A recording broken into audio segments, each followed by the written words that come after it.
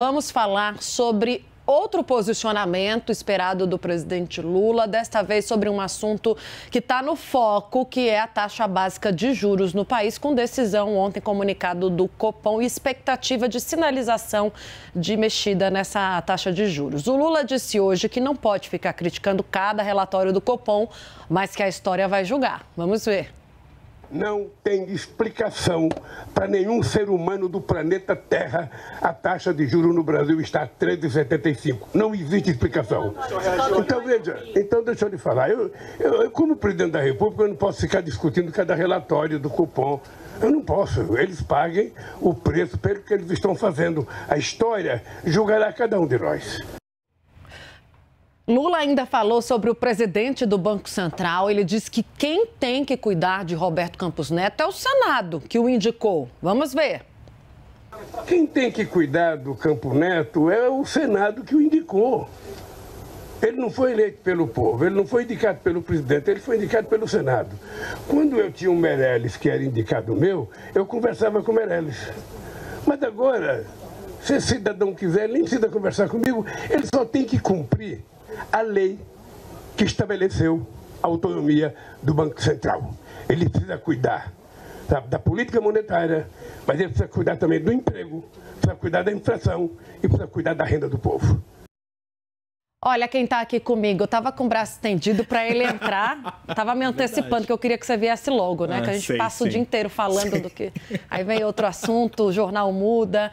Ô, Naka, vamos explicar os recados do Banco Central a partir desse comunicado? Foi assim, né?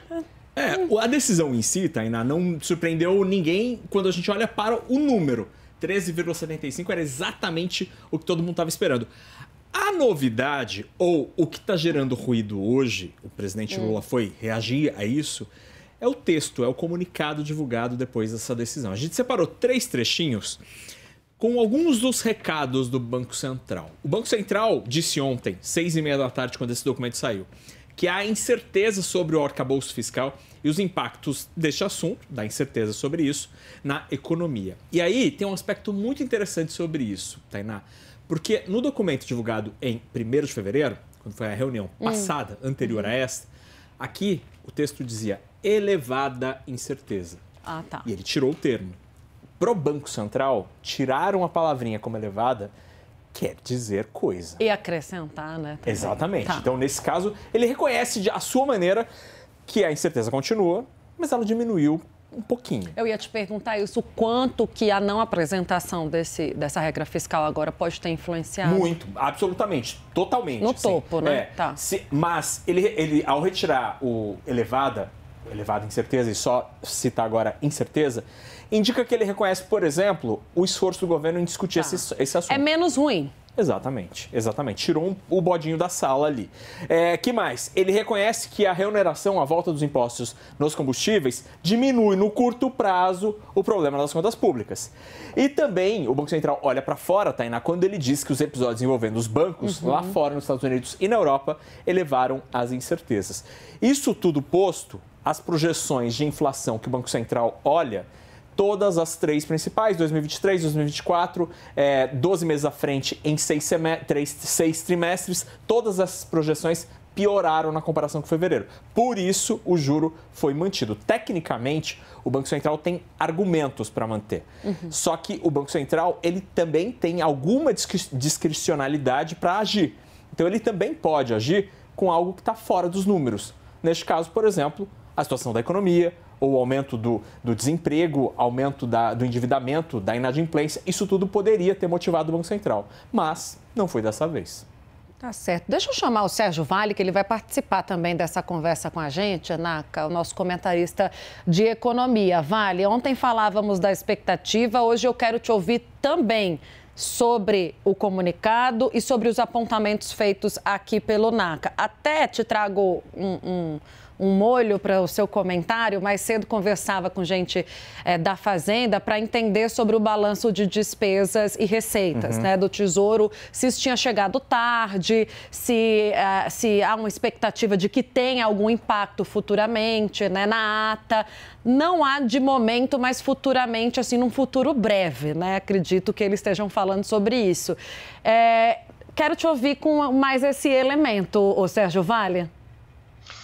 Tudo bem, Tainá? Tudo bem, Naka? Olha, na verdade, tudo chegou atrasado, né, Tainá? O que a gente está vendo acontecer ao longo desses meses em relação à questão fiscal é, de fato, uma postergação do que já deveria ter aparecido lá atrás, no final do ano passado, né? O governo gastou um esforço muito grande para fazer a PEC da transição, deveria ter feito naquele momento também o arcabouço fiscal, o início de uma discussão mais profunda e apresentar logo no início do governo.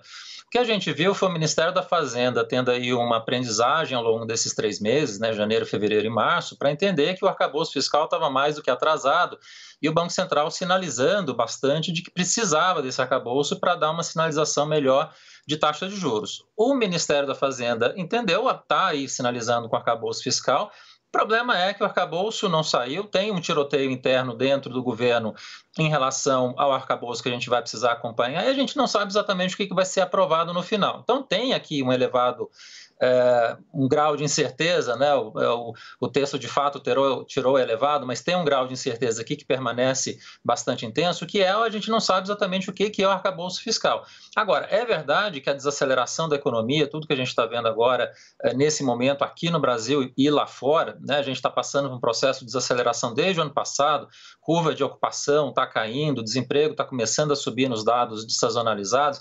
A gente vê um cenário de que a economia vai crescer bem menos esse ano, isso vai ajudar a inflação. Então, esses dois elementos, né, a desaceleração da economia que está acontecendo e o arcabouço fiscal que virá aí pela frente, eu acho que abre um espaço para, na próxima reunião de maio, o BC sinalizar com um pouco mais de clareza os passos seguintes, eventualmente, provavelmente, de queda de juros. Eu acho que não é ainda esse semestre, pela sinalização que o BC tem dado, mas provavelmente semestre que vem, terceiro trimestre, a gente vai ver essa queda acontecer.